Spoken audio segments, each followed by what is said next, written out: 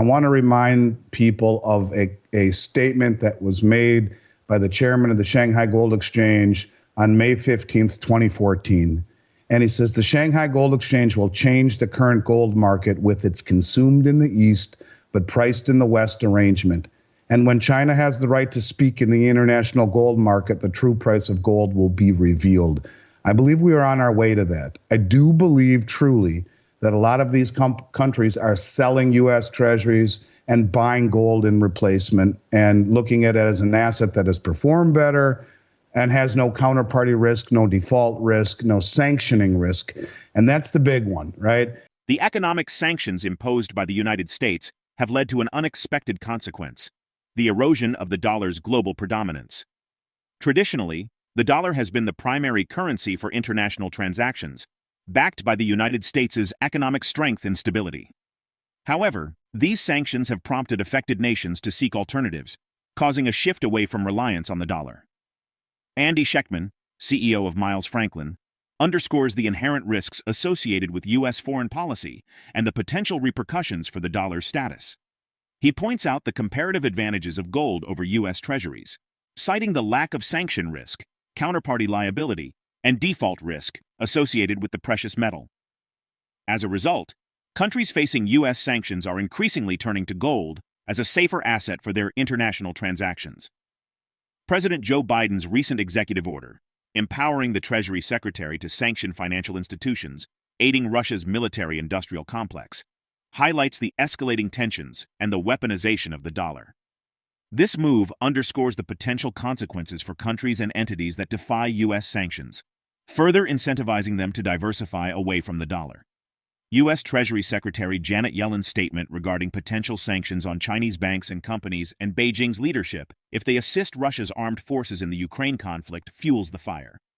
Andy believes such actions intensify the pressure on countries to reconsider their reliance on U.S. treasuries and seek safer alternatives like gold. The rapid pace of global shifts is evident, particularly in China, where moves to sell treasury bills and acquire gold serve as a hedge against America's financial dominance. AndySchectman's assertion that many countries are selling U.S. treasuries and buying gold as a safer asset reflects the growing sentiment toward diversification and risk mitigation in the face of geopolitical uncertainties. Come along as we explore the valuable insights provided by AndySchectman. Don't miss out on our latest updates. Subscribe to our channel and activate notifications. Thank you for tuning in. People to think about the gold demand that we have been seeing and the central bank appetite for it. And I want to remind people of a statement that was made by the chairman of the Shanghai Gold Exchange on May 15th, 2014. And he says the Shanghai Gold Exchange will change the current gold market with its consumed in the East but priced in the West arrangement. And when China has the right to speak in the international gold market, the true price of gold will be revealed. I believe we are on our way to that. I do believe truly that a lot of these countries are selling U.S. treasuries and buying gold in replacement and looking at it as an asset that has performed better and has no counterparty risk, no default risk, no sanctioning risk. And that's the big one, right? And I've talked a lot about it being too stupid to be stupid, and how could Janet Yellen in Brazil, in Russia's backyard, a charter member of the BRICS recently, 3 weeks ago, say we need to not only sanction the $380 billion in Forex reserves held on behalf of the Russians, but we need to confiscate it and give that to the Ukrainian effort. And I mean, you can't talk about being more stupid until what she just did. And this is from the too stupid to be stupid and couldn't it be planned category. This is right out of an interview that she gave with CNBC. And it says the U.S. is ready to sanction the Chinese banks if they aid the Russian war machine, Yellen says. The United States is prepared to sanction Chinese banks and companies as well as Beijing's leadership if they aid Russian military in its invasion of the Ukraine, U.S. Treasury Secretary Janet Yellen said. So, it's okay for us to aid the Ukrainians, but it's not okay for China to aid their ally, their BRICS member, Russia. And it says the United States is prepared to sanction Chinese banks as companies, as well as Beijing's leadership if they assist Russian armed forces. We stand ready to act if we see significant violations, especially by financial institutions. Anything that involves aiding Russia's military in their brutal war against Ukraine is unacceptable to us, and we have the ability to sanction it. And I think the craziest part is she says China is entitled to have a relationship with Russia. She said, but, the trade between the two countries, which the U.S. sees as non-problematic, but the provision of military aid from Beijing to Moscow could trigger sanctions. Well, thank you, Janet. It's nice that you don't see it as problematic and that we're entitled. Do you see the hypocrisy in all of this? First, she says it's okay that Brazil, that we need to confiscate Russian forex reserves. And now she is going as far as saying, well, we can do this with Ukraine no matter what the world opinion is. But if you try to do it with your ally, well, we're going to sanction you.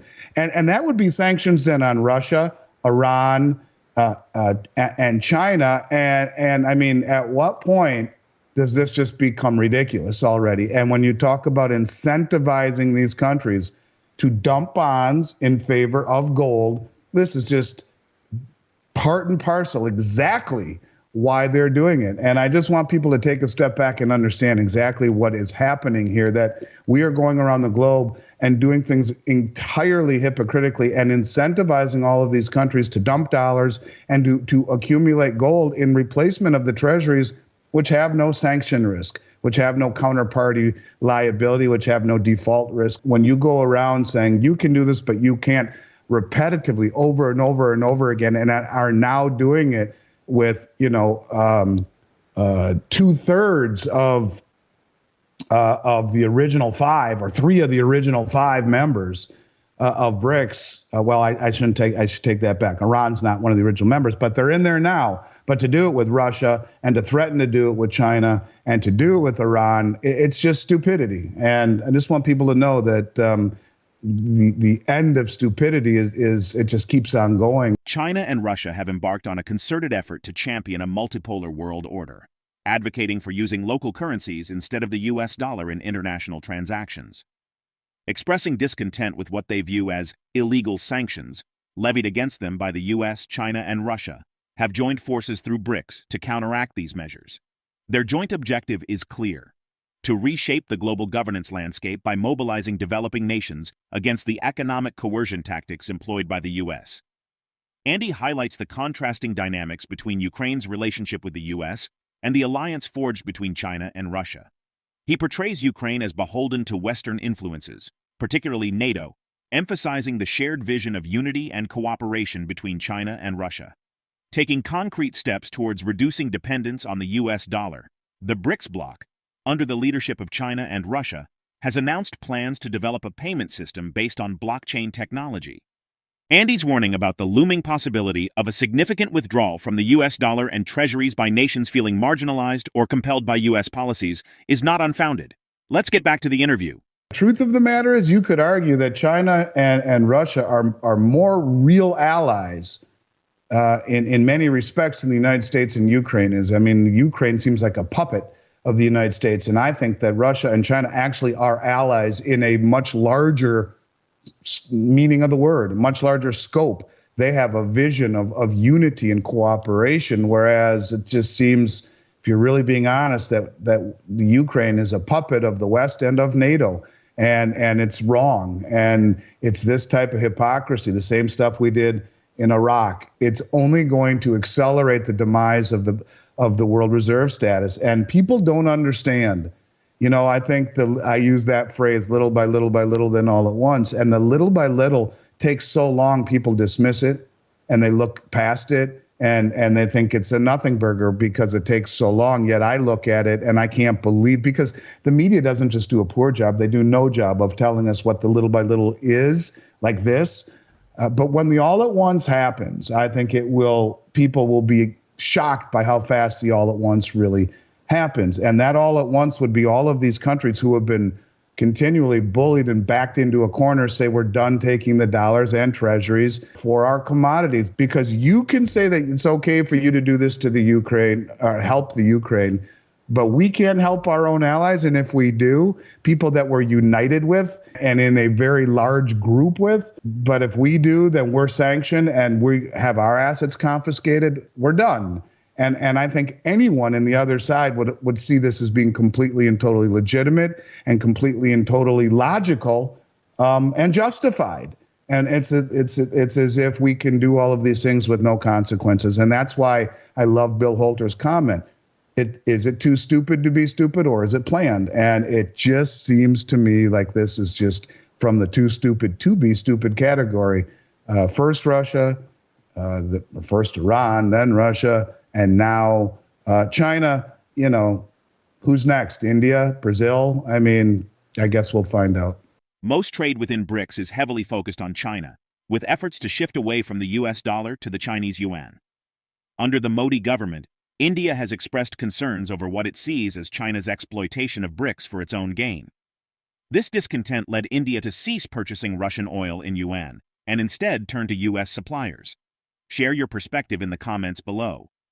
If the video resonates with you, join our community by subscribing to our channel and enabling notifications with the bell icon.